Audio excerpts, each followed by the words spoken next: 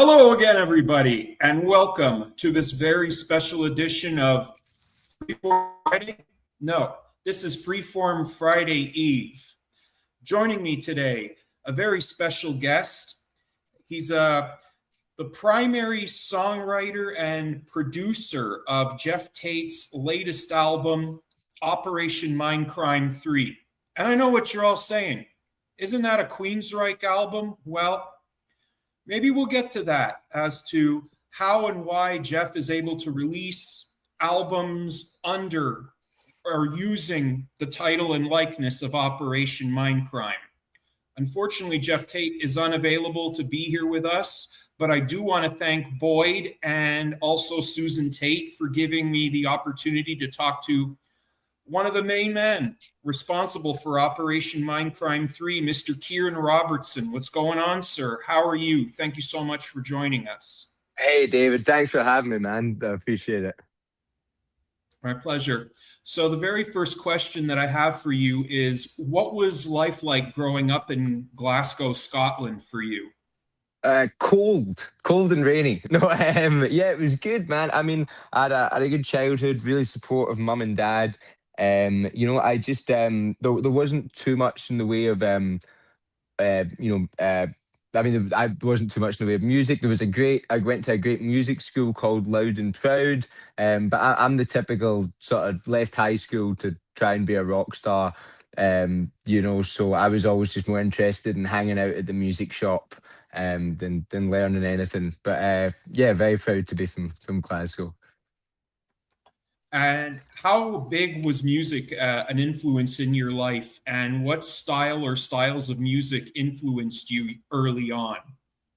Yeah, a massive, massive part of my life was really everything. I don't think I knew anything else existed really until I was like fucking 18 or so. I just only focused on music, and my dad and mum growing up always played music. I'd always, as soon as I discovered the guitar, it was just all I wanted to do. So, um, yeah, just completely obsessed with it from day one. And did you decide very young that you were going to try to become a musician? Yeah, I think I saw Kiss, when I was really young, and I was like, that's it, that looks fun. That's something I do. And I just always I didn't really have a backup plan. Still don't. So yeah, just always decided to just go for it. I never had a I think it was like I wanted to be Spider-Man and then I wanted to be a rock star. There was no like regular job in between that. All right. And one of my other questions is did you feel that there was any future for you, musically speaking, if you were to have remained in Scotland? I don't think I really thought about it if I stay. I just always knew that I wanted to. To me, Los Angeles was like my mecca. I am growing up watching the documentaries of Motley Crue and all the. But I always just something was calling me to Los Angeles. But when I was younger, I got a management deal out in Germany and Berlin. At the time, I think I was so young and I was trying to be on stage and do this big show, and people were kind of like, "Who the fuck is this kid? Who does he think he is?" So going to somewhere where people didn't know me was great because I could kind of be a character. They didn't know like that's Kieran from down the shot. I could be somebody else. I could be a character. So I guess I always understood the importance of getting out of the whole, your hometown. But even for local bands, just driving a couple hours away, playing a show, that's such a huge difference. And I definitely wanted to travel and expose myself to as many people as possible. And how did you meet the love of your life, Heather Vixen? That's a good question. She's fucking right here. Say hi. She's here with her dog. She's on tour. Is it? How did we meet? I was at the Whiskey a Go Go, seen a show, and she'd came to Los Angeles a lot. And I just kept seeing this girl around, and I was like, "Who is this girl?" And I thought she was looking at me too. Maybe she wasn't. But yeah, so I ended up just messaging her on Instagram, and then we've been hanging out. We were friends, and then Yeah, just happens. So All right.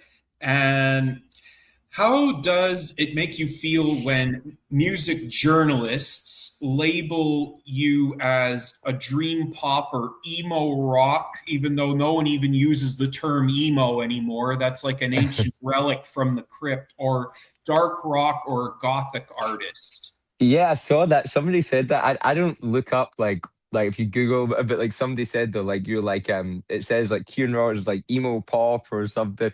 I don't care. I mean, whatever, call it whatever you want. I think I've definitely made some dark rock music. I've made some pop music. I've made some dance. So I've made a bunch of music for everybody.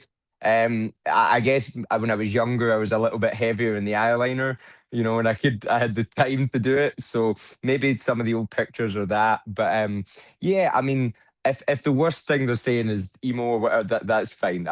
They can call me whatever they want. I've been called worse. I guarantee it.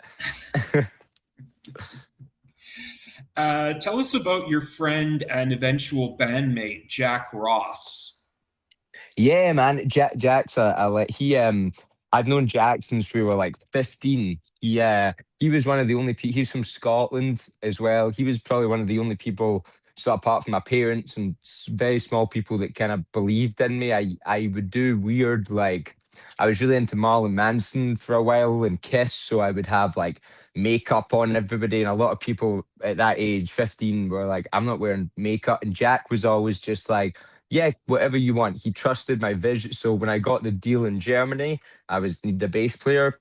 I brought Jack along, and when I started working with Jeff, we need the bass player. And the first person, I was like, you got to get Jack. He's an incredible bass player, musician in his own right, and yeah, plays for Mark Daly, and he's amazing bass player. So we've stayed friends for. I've known him nearly half my life now, which is good, and I've not wanted to kill him this week so far. So. That's good.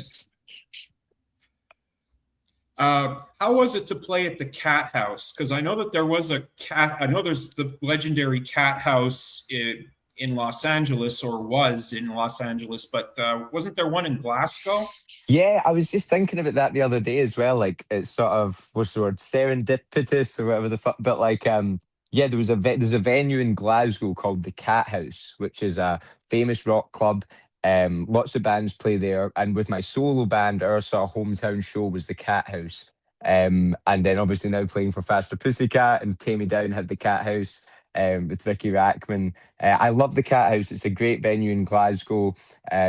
It's a lot of bands I'll meet on the road when they hear I'm Scottish. They go, "Oh, I played the Cat House in Glasgow," and they go, "It's a great venue," but the reason they remember it is because it's up fucking 3 flights of stairs, so all the crew has to load up all the amps and everything. But once you get in, it's an incredible venue. So always love playing there. Um, Also, how did you come to Joe Graves? How did you come to Joe Graves producing and mixing your album, and what were your feelings about it before, during, and after the process? Yeah, I love working with Joe. That was the first solo album I did, the only solo album. He's a great producer engineer. I met him through Jack. Actually, he'd worked on a couple of Jack's old band projects. And I still am. I love Asking Alexandria, and he'd mixed some stuff with those guys. And I felt like the sound at the time, that was really what I was going for. So it sounded exactly like I wanted the record to sound at the time. I would totally work with Joe again. He's a great producer. We just got the last album, Operation Mindcrime 3. We used Juan Ortega for that to mix that, and he's blew me away as well. So I can't wait to work with him again too. And what songs got written first on In the Name of Vanity? Oh my goodness. I wrote that album probably when I was 15, so I honestly couldn't tell you. Probably a song called Forever that's at the end of the album. It was so long ago I wrote that. After that album came out, I really started focusing on writing and producing for other artists, because that's sort of where life just took me. So I couldn't tell you. Probably Forever though. And did you have a specific vision for the album for In the Name of Vanity? I think at the time, I just wanted to piss people off. I mean, I was like 16, shirtless, fucking Bond. Like, I was just like, I wanted to make a statement. And I felt like a lot of the albums that were coming out, I was big into the whole shock rock value thing. I also, I wanted to make sure it was sort of rock and roll and, it's kind of a punky album. You can definitely hear the youth in my voice. So, I was a 16-year-old kid that was fucking, recording an album in Germany. So I was just so happy to be there and, super grateful for my old manager, Holger. And it was a great time in my life. What inspired you to cover Cutting Crew's seminal 1987 hit, I Just Died in Your Arms Tonight? I love the song, man. I think originally when I got the deal, I played a show. This management company reached out to me. They'd seen me, they liked me. They wanted to, bring me over to Berlin, shoot some videos, write some music. And at the time, 10 years ago, the kind of big thing was an artist to get an artist seen was like you cover a famous song, but make it, your own. So I think the band was called Our Last Night or something. I'm sorry if I'm fucking that up, but they had this great like thing where they would just do covers but make them kind of heavier. So I originally wanted to do Bronski beat, the small town boy, but some another band had covered that metal and I just died in your art. It just fit, it was kind of gothy, it was in the range and we took a chance on it and people seemed to really like it. So I was really happy with the reactions for it. Can you talk about your appreciation for classic hard rock and glam metal acts such as Motley Crue and Kiss? Dude, that I wouldn't be doing this, but it wasn't for that. I mean, I think the older I get, the more I appreciate the some of the more obscure acts and music. But when I was growing up, Kiss and Motley Crue are so easily accessible for a young kid to get into. Not only are the songs I'm not easy, but they're pleasing to the ears to listen to without having to think too much. And then you've got these guys that look like superheroes, and from a kid in Glasgow, getting bullied and not really having any friends. I'm like, I'm gonna be that guy. I love glam as well from somebody that's quite I don't know, maybe quite an anxious person to be able to go on stage and be this other thing always was really appealing to me.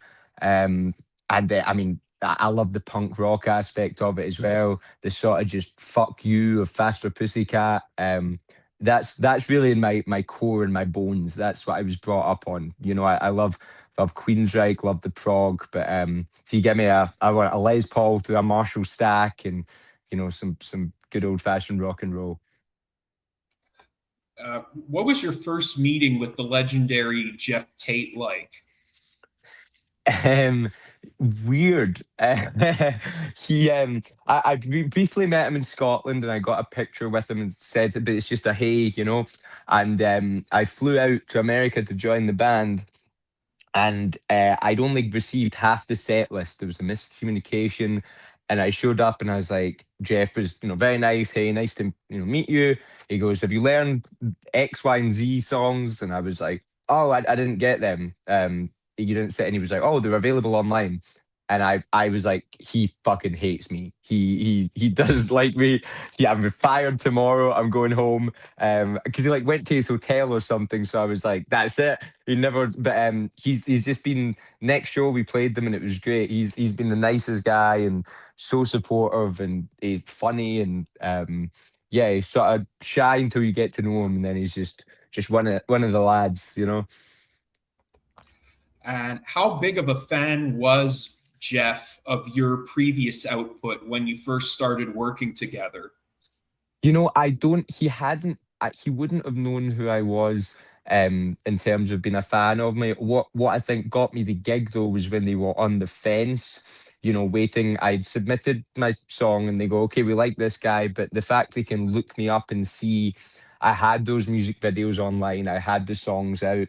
I think if I hadn't had those songs online, they wouldn't have taken the chance on some young 18-year-old from Scotland. I think definitely having things online to show that you're, you know, what you can do was super important. And Jeff, or my songwrite, we have a lot of similar tastes in like synthesis and songwriting, and so it's I think we like the same stuff. And were you nervous or apprehensive in any way when you began touring with Jeff? Yeah, terrified, dude. It was like my first rock. Like I'd played some shows in Germany and around and done some UK touring in a van, but I'm 18, I'm on a tour bus, I'm with this heavy metal legend. I don't really know anybody. Yeah, I was really nervous, but I was just really excited, and I was very aware that like this was my shot, and I had to, knuckle down and really not mess it up. And what did it feel like on the whole acoustic story tour to match all the acoustic instrumentation with Jeff's incredible towering vocals? It was a lot of fun. There's nowhere to hide. I said on that tour, with the distorted guitar and the drums and the big band.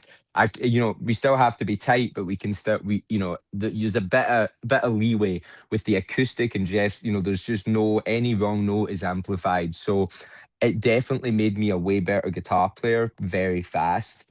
And again, I was 18, so I was just so excited to be there, being to some of these states for the first time, playing to these big crowds. Yeah, it was. I'll always remember that tour. And how would you describe the catalog of Queensryche and the personality and working style of their lead singer as well? Personality of Jeff is fucking awesome. Great dude. Working style, great as well. I think when I work with different artists, it's you got to sort of learn how they work. Everybody works differently. With Jeff, I know he likes some time alone with the song before I'll give him something, he'll take some time with it before we can approach it together. Some other artists I work for, they just want to sit in the room and bounce ideas across. But I mean, it's always still an honor to me to sit and hear. I mean, we just did sound check there and we played a song from the new album. And I'm like, it still blows me away. I'm like, I wrote that song with Jeff. That's cool. We're doing it live in a big theater. So yeah, absolutely no complaints about working with them. You spent a lot of time in Berlin. What have your experiences been like in that city, both personally and professionally? Yeah, I loved Berlin. I had good fun. There's a lot of goth bars, and I remember drinking a lot of absinthe when I was in Berlin at 16 for some reason. But yeah, I love Berlin. I think I was too young to really experience a lot of it, which is probably a good thing. But I got to see some great studios. I had a nice working relationship with Gibson over there. They'd sort me out with guitars. And every time I've traveled through on tour, it's always been really welcoming coming back there. So I've not been there in a while. I'd like to go back. And did pivoting to Faster Pussycat, did you listen to a lot of Faster Pussycat in your younger years? And how did you get hooked up with them professionally? Yeah, man, I fucking love Faster Pussycat. Same with that glam stuff and punk. I was brought up in that. Always knew who Faster Pussycat was. It still are the cool band in LA to me. I always wanted to be hang out with the cool kids. And I met Chad and Danny, the bassist and drummer, and became firm friends with them, and just ended up kept playing with them and hanging out with them. Eventually, the spot opened up for a guitar player, and I'd actually played with Jeff, and Faster Pussycat had opened up at the Rainbow Bash like a couple of years prior, so they'd seen me play, and we just got on really well. I think a lot of it is that to personality is a big thing in the band. Yeah, just love those guys as well. Just another road family. And what was Tammy Down really? What is Tammy Down really like, or what's Tammy Down really like? The coolest, kindest, person that you could work for. I've known Tammy for yeah years and years now. One of my favorite things about Tammy is a lot of other artists will we'll talk and we're friends, but when they call me, if I get my phone rings and it's a big name, they're calling me because of a, so this is happening, you need to do this, or we've got both Jeff and Tammy are but when my phone rings, Tammy will call me and I'll go, hey, and he'll be like, how you doing, man? This and we'll just talk and I'll do the same thing for him. He really cares about his people and his band, and loyalty is a big thing with him, which is a big thing with me too. So yeah, I always feel very looked after by Tammy, and I know that if I call him, he's going to be there. So yeah, that's my brother right there. And how did it feel to have Jeff really be supportive of you joining Faster Pussycat? Oh, it was amazing, Matt. We just did a Viper Room release party for the new album, and I invited Tammy, and I know obviously when Tammy comes out in public, and when even when Jeff comes out in public, there's a whole fan aspect and people. So I was like, I'm not going to be offended if you don't come because I know this is a public thing, and I don't want you to get bothered. And man, he was like, I'll be there, and he came. I got this amazing picture of me and Jeff and Tammy. I was like, my fucking, it just felt awesome. So I couldn't be more grateful to how cool they both been about my schedule and me jumping around, and yeah, I've been extremely lucky. And what inspired you to write the song Forever? I honestly couldn't tell you. Again, I was probably a bit. It's crazy. This song get covered by another amazing artist, Debbie Lisa, recently. I never expected this song to, but it's great. People are. I was 15 or something when I wrote it, so I don't know. Maybe I was feeling sad that day, or fucking. I have no clue, but yeah, you don't. I still really feel like sometimes songs, like when lyrics come to me, it's not even like I write love songs when I'm not in love with somebody, or I write angry songs when I'm not angry. I'll write sometimes whether it's the lyric gods or the whatever. Sometimes a feeling just comes through me, and it has to come on paper, and it's not mine anymore once it's out. You know. And now moving on to the present when it comes to Operation Mindcrime 3. So this album is told from the perspective of Dr. X. So for those of you that don't know the story about Operation Mindcrime, Dr. X is a member or a leader of a terrorist organization, and there is a fellow who deals with substance abuse.